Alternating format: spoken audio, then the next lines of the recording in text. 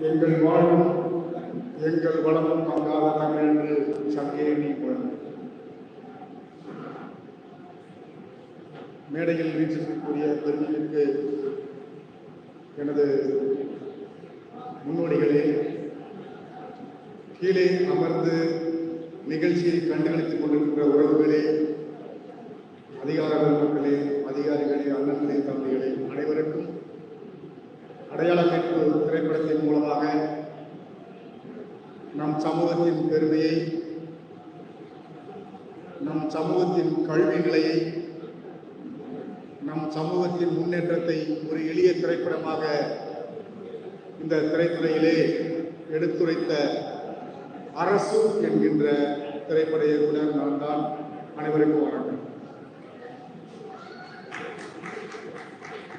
மிகப்பெரிய சவால்களுக்கு இடையே கிட்டத்தட்ட 17 வருடங்கள் உதவி இயக்குநராக இருந்து வாய்ப்புகளை தேடி தேடி அலைந்து ஒவ்வொரு தயாரிப்பாளர் அலுவலகம் சென்று சென்று கதை சொல்லி அந்த கதையின் இறுதியில் நீ எந்த ஊர், எந்த சமூகத்தை சேர்ந்தவன் என்று தெரிந்து சொல்லி அனுப்புகிறேன், கதை நன்றாக இருக்கிறது, அப்படி அனுப்பிடுவாங்க. இப்படி போராடி போராடி ஒரு முதல் படத்தை நாம் பதிக்கின்றோம்.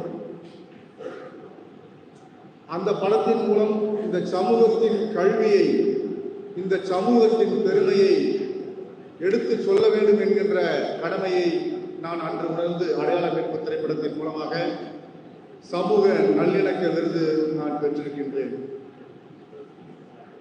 அடுத்து இந்த திரைத்துறையில் நம் அனைவரையும் ஒரு வணிக ரீதியாக கொண்டு வர வேண்டும் என்பதற்காகவே நான் சில திட்டங்களை வகுத்து,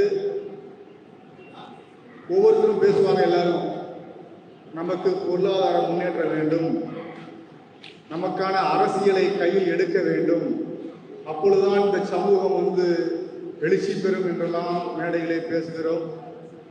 ஆனால் மார்க்கெட்டிங்கில் ரொம்ப ஜீரோ லெவலில் தான் நம்ம இருக்கிறோம். மார்க்கெட்டிங் கற்றுக்கணும். சினிமா என்பது, நான் சென்னையில் இருக்கிறேன். சென்னையில் நாம் அரசியலில் நாம் கோலோச்சவில்லை, திரைத்துறையிலே நாம் கோலோச்சிருக்கிறோமா என்று கேள்வி எழும் பொழுது அரசு என்கின்ற ஒரு இயக்குநரை உருவாக்க நாம் எல்லாம் தவறிவிடுகின்றோம்.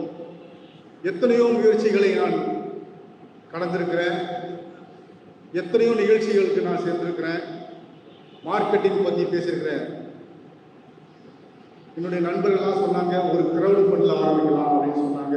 அதன் மூலம் இப்போ மாமூடன் என்கிற திரைப்படத்தை நான் ஆரம்பிச்சிருக்கிறேன். ஆல்ரெடி நான் டிஸ்கஷன் சொல்லும்போது இதெல்லாம் நான் பார்த்துட்டேங்க, என் செருப்பு 4 செருப்பு தேஞ்சதான் மிச்சம், வேண்டாம் அதெல்லாம் நடக்காது அப்படின்னு சொன்னேன். இருந்தாலும் சில உதாரணங்கள் சொன்னாங்க, முயற்சி கலராதீங்கன்னு சொல்லி கிரவுடு ஃபண்டில் ஆரம்பித்து மாமூடம் என்கிற திரைப்படம் ஒரு 40% இருக்கிறேன்.